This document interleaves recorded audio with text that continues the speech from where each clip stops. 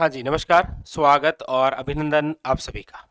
जैसा कि आप सबको विदित है कि हम जो पुराने पेपर हैं, उनको नवीनतम पैटर्न पर सोल्व कर रहे हैं। इसी क्रम में आज सेकंड ग्रेड के फर्स्ट पेपर जो कि जीके एंड जीएस का होता है, उससे संबंधित एक पेपर है जिसका हम सॉल्यूशन करेंगे और देखेंगे कि इसके अंदर राजस्थान जीके और करंट किस प्रकार के क्वेश्चन थे। आइए एक एक क्वेश्चन के बारे में चर्चा करते हैं। पहला क्वेश्चन है आपके सामने, पूछा जा रहा है कि खाली जगह पर चित्रित पिछवई नाद द्वारा चित्रकला शैली का सजीव उदाहरण है। अच्छा, सबसे पहले तो यहां से एक इंपॉर्टेंट फैक्ट है। आप सब जानते हैं कि अगस्त माह में यानी कि अगस्त 2023 राजस्थान की 5 जो हस्तकलाएं हैं उन पर जीआई टैग लगा था। उनमें एक शामिल है, याद रखिएगा, पिछवई चित्रकला। तो ये एक और अच्छा क्वेश्चन होता है, याद रखिएगा, पिछवई चित्रकला। और ये जो पिछवई चित्रकला है ये किस शैली से संबंधित है? याद रखिएगा, नाथ द्वारा शैली से। किस शैली से है? नाथ द्वारा शैली से। नाथ द्वारा चित्र शैली किस स्कूल से संबंधित है? याद रखिएगा, मेवाड़ से। तो एक तो ये करंट का क्वेश्चन हो गया, और एक यहां पर पूछा जा रहा है कि ये जो पिछवई चित्रकला है, ये जो चित्र बनाए जाते हैं ये किस पर हैं? तो ऑप्शन है आपके सामने, चमड़ा, कागज, कपड़ा या लकड़ी। आप कहेंगे sir option number 3 is correct answer, याद रखिएगा, कपड़े पर। ठीक है, वेरी वेरी इंपॉर्टेंट। चलिए अगला क्वेश्चन क्या है? क्वेश्चन नंबर 2 लीजिए।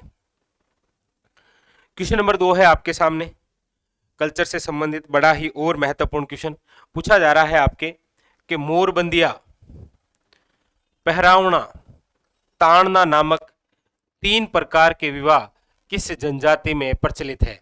यानी कि ये जो विवाह है ये किस जनजाति में प्रचलित है?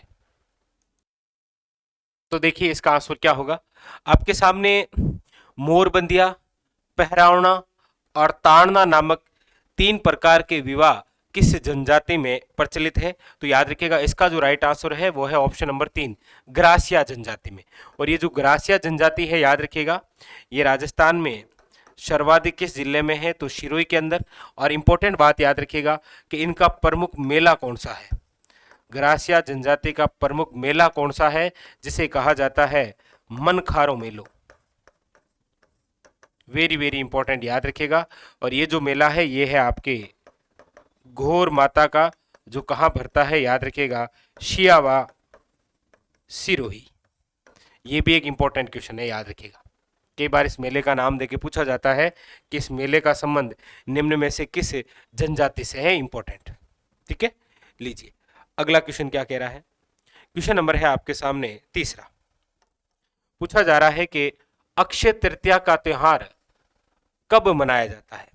अक्षय तृतीया का जो त्योहार है ये कब मनाया जाता है? देखिए, एक तो अक्षय तृतीया का ही दूसरा नाम है, याद रखिएगा, आखा तीज। याद रखिएगा, एक याद रखिएगा कि अक्षय तृतीया जो है इस दिन राजस्थान में बीकानेर बसाया गया था। अक्षय तृतीया को ही याद रखिएगा नागौर बसाया गया था, और अक्षय तृतीया को ही याद रखिएगा उदयपुर बसाया गया था। इसके अलावा याद रखिएगा यहां पूछा जा रहा है कि अक्षय तृतीया का त्योहार कब मनाया जाता है, जिसका दूसरा नाम क्या है? आका तीज। और याद रखिएगा इस दिन सर्वाधिक क्या होते हैं? बाल विवाह, क्योंकि इसे क्या बोलते हैं? अबुझ सावा। यह भी पूछा जाता है कि निम्न में से अबुझ सावा से तात्पर्य है? याद रखिएगा सर्वाधिक बाल विवाह होते हैं, और कब? अक्षय तृतीया। और ये अक्षय तृतीया कब आती है? तो याद रखेंगे वैशाख माह में। और वैशाख माह में भी कौन से पक्ष में? याद रखिएगा शुक्ल पक्ष की तृतीया, यानी कि वैशाख शुक्ल तृतीया, अक्षय तृतीया, आखा तीज और अबुझ सावा। ऑप्शन नंबर हो जाएगा आपके सामने 1 नंबर इज करेक्ट आंसर, याद रखिएगा। ठीक है, चलिए आगे चलते हैं। अगला क्वेश्चन क्या कह रहा है? क्वेश्चन नंबर है आपके सामने 4, पूछा जा रहा है लोक गायकी की 4 बेत शैली राजस्थान के किस नगर में प्रचलित रही है? 4 बेत। 4 बेत कैसे? याद रखिएगा मूलतः तो ये कहां की है? याद रखिएगा अफगानिस्तान की। मूलतः तो ये कहां की है? अफगानिस्तान की, यानी कि पश्तो संस्कृति की। ऐसा भी क्वेश्चन बन सकता है, याद रखिएगा। अच्छा, ये 4 बेत कैसे? तो घुटनों के बल बैठकर क्वाली करना क्या कहलाता है? चार बेत। और हमारे राजस्थान में ये कौन से क्षेत्र की प्रसिद्ध है? याद रखिएगा टोंक की। लेकिन याद रखिएगा कौन सा वाद्य यंत्र यूज लेते हैं ये, कमेंट करके बताना आप। चार बेत जो कि एक लोकनाट्य है, इसके तहत कौन से वाद्य यंत्र का यूज लिया जाता है? अच्छा, इसके जो प्रमुख कलाकार हैं उनके नाम भी जरूर याद रखिएगा। एक का नाम है करीम खान निहंग, याद रखिएगा, और एक है खलीफा निहंग। ये भी इंपॉर्टेंट क्वेश्चन बनते हैं कि करीम खान निहंग का संबंध निम्न में से कौन से लोकनाट्य से है? चार बेत, याद रखिएगा, इंपॉर्टेंट। ठीक है, चलिए अगली बात देखिए, अगला क्वेश्चन क्या कह रहा है। नेक्स्ट क्वेश्चन नंबर है आपके सामने 5। पूछा जा रहा है कि निम्न में से कौन सी रचना कान्हड़ देव और अलाउद्दीन खिलजी के आपसी संबंधों की जानकारी देता है? देखिए, कान्हड़ देव और अलाउद्दीन खिलजी के आपसी संबंधों के बारे में जानकारी देने वाले दो ग्रंथ हैं। कितने ग्रंथ हैं? दो। कौन कौन सा? एक तो है, याद रखिएगा, कान्हड़ देव प्रबंध, और एक है, याद रखिएगा, कौन सा? वीरमदेव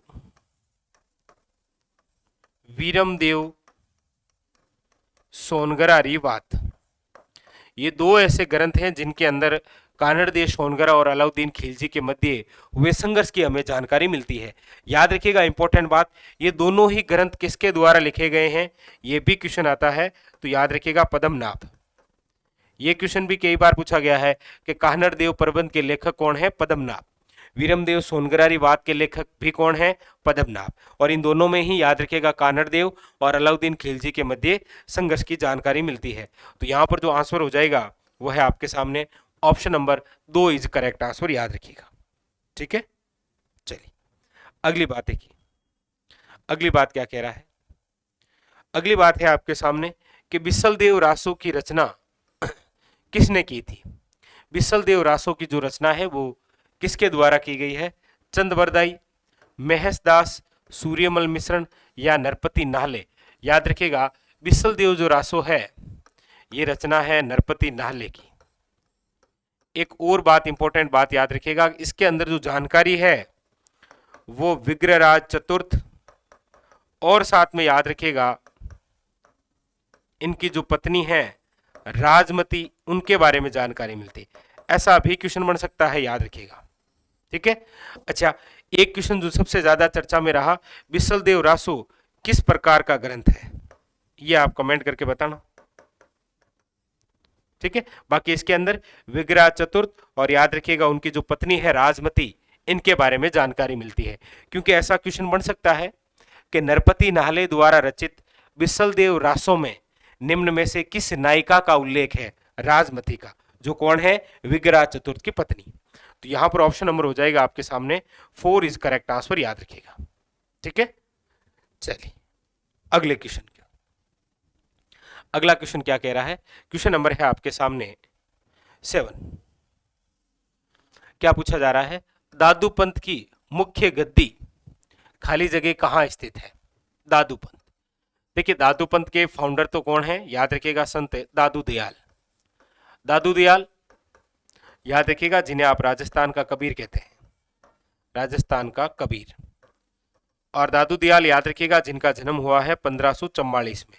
देखिए 1544 में संत दादू दयाल का जन्म है, 1544 के अंदर ही कल्लाजी राठौड़ का जन्म है, 1544 के अंदर ही गिरीश उमेल का युद्ध हुआ है। और गिरीश उमेल जो कि पहले जेतारण पाली में आया करता था, अब ये किस में आता है? जेतारण ब्यावर में, याद रखिएगा। ठीक है, और यहां दादू पंथ की जो मुख्य गद्दी है वो कौन सी है? नरेना या फिर नारायणा। और ये कहां पर है? ये कहां पर है? कमेंट करके बताना आप, कहां पर है ये? लीजिए। ठीक है, तो चलिए बढ़ते हैं आगे और चर्चा करते हैं अगले क्वेश्चन के बारे में। अगला क्वेश्चन क्या कह रहा है? लीजिए, क्वेश्चन नंबर है आपके सामने नेक्स्ट।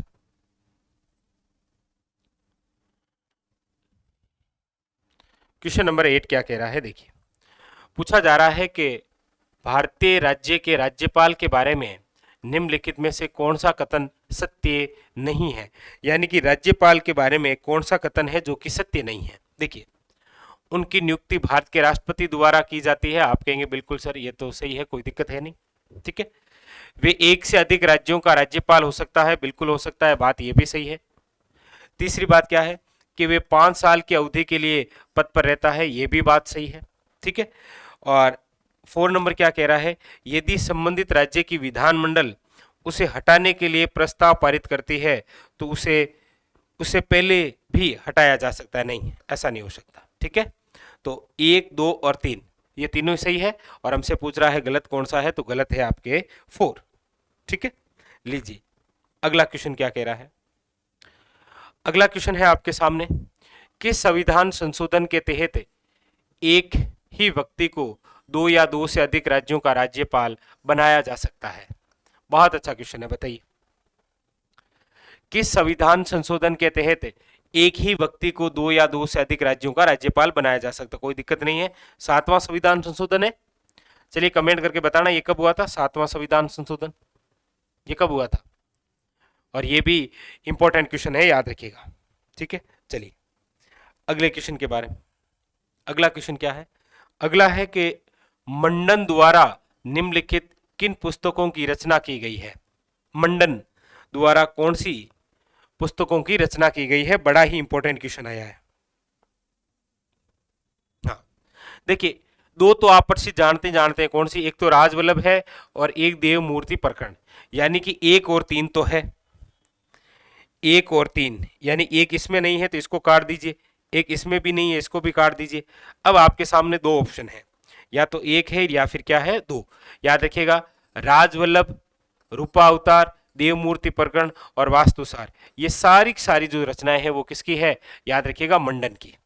और सेकंड ग्रेड का ये एक पर्सनल है, या तो मंडन से क्वेश्चन आएगा रचनाओं से, या फिर कुंभा से आएगा, दोनों में से एक में आना तय है। प्रत्येक पेपर आप हम सोल्व करेंगे तब मैं आपको बताऊंगा, ठीक है। चलिए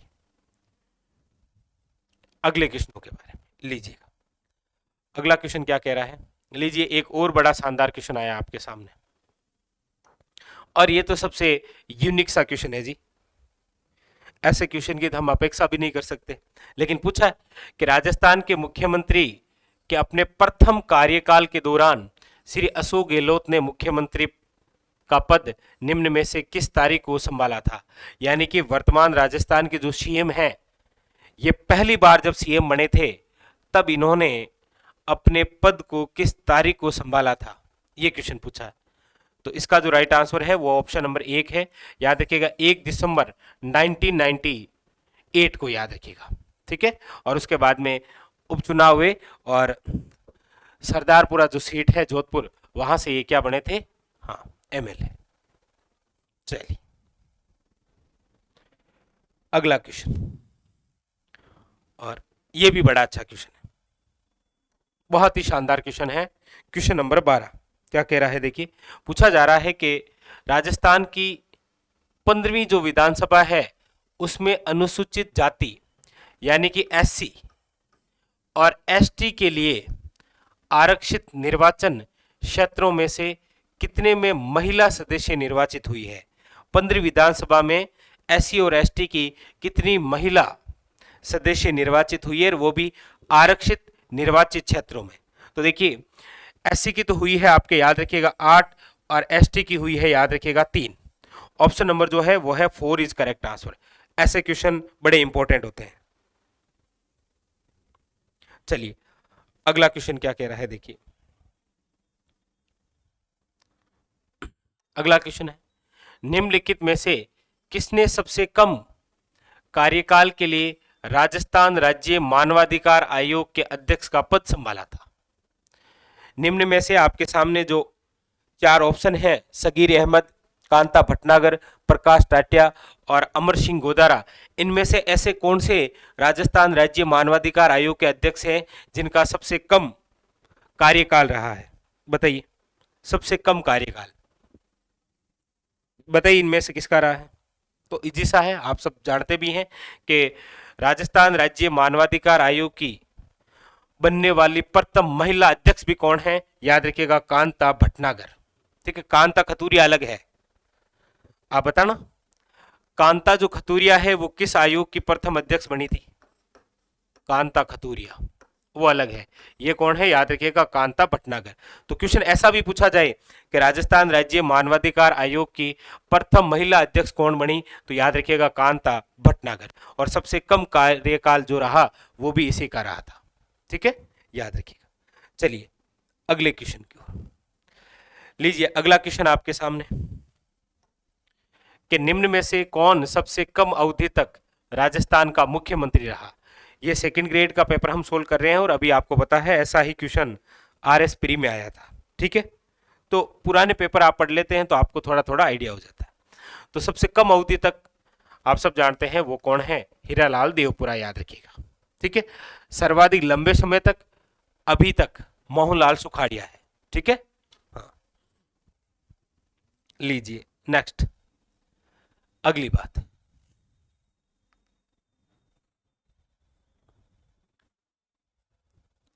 अगले क्वेश्चन, हाँ ये लीजिए, देखो करंट से रिलेटेड और भी बड़े बड़े शानदार क्वेश्चन आपके सामने। लीजिए, क्वेश्चन है कि निम्नलिखित में से कौन सा कार्यक्रम राजस्थान के सरकारी स्कूलों में माध्यमिक परीक्षा उत्तीर्ण करने वाले छात्रों को उनके कैरियर लक्ष्यों को पूरा करने के लिए उपयुक्त विषय संकायों का चयन करने में मदद करने के लिए शुरू किया जा रहा है? अभी आपको पता होगा कि जैसे ही नए सत्र की शुरुआत हुई तो नए सत्र में ऐसे विद्यार्थी जिन्होंने 10वीं तो पास कर ली, अब 10वीं पास करने के बाद में 11th में वो कौन सा सब्जेक्ट लें और सब्जेक्ट लें तो क्यों लें, वो सारे देखिए विषय संकायों का चयन करने में मदद करने के लिए कौन सा कार्यक्रम शुरू किया गया? याद रखिएगा, ये था आपके dial feature. Very very important, याद रखिएगा। ऑप्शन नंबर है ए इज करेक्ट आंसर। ठीक है, याद रखिएगा। चलिए अगला क्वेश्चन, अगला क्वेश्चन क्या कह रहा है? अगला क्वेश्चन है आपके सामने कि 2023 में जल जीवन मिशन कनेक्शन में राजस्थान का क्या स्थान था? याद रखिएगा 12वां। Option number 2 is correct answer. कौन सा स्थान था? याद रखिएगा 12वां। ठीक है, अगला क्वेश्चन, अगला क्वेश्चन है आपके सामने कि राज्य के निम्नलिखित में से कौन से जिलों में स्थित धार्मिक स्थलों में धार्मिक पर्यटन को बढ़ावा देने के लिए हाल ही में राजस्थान सरकार ने वेरी वेरी इंपॉर्टेंट, याद रखिएगा 13.48 करोड़ की धनराशि स्वीकृत की है? ये कौन सा ऐसा धार्मिक पर्यटन को बढ़ावा देने के लिए है? याद रखिएगा, बड़ा इंपॉर्टेंट क्वेश्चन है ये, पर्यटन के हिसाब से भी और करंट के हिसाब से भी। ठीक है, तो इसका जो राइट आंसर है वो याद रखिएगा आपके हो जाएगा नागौर, जैसलमेर और अलवर। ठीक है, option number A is A correct answer. ठीक है, चलिए अगला क्वेश्चन ये लीजिए। अगला क्वेश्चन है आपके सामने कि हाल ही में भारत के प्रधानमंत्री ने राजस्थान के किस जिले में प्रधानमंत्री मातृत्व वंदना योजना को गोद भरे समारोह के रूप में मनाने की एक नई पहल की सराहना की है? बताइए, बड़ा चर्चा में रहा था ये, और ये जिस जिले की बात हो रही है वो कौन सा है? याद रखिएगा दौसा। यानी कि ऑप्शन नंबर जो है वो है आपके सामने 2 इज करेक्ट आंसर। ठीक है, चलिए तो ये था आज का हमारा सेशन जिसके अंदर हमने राजस्थान जीके और कुछ करंट से संबंधित क्वेश्चनों को हल किया। कल फिर मिलेंगे, सेशन को आगे बढ़ाएंगे और नए क्वेश्चनों के बारे में चर्चा करेंगे। तब तक के लिए धन्यवाद।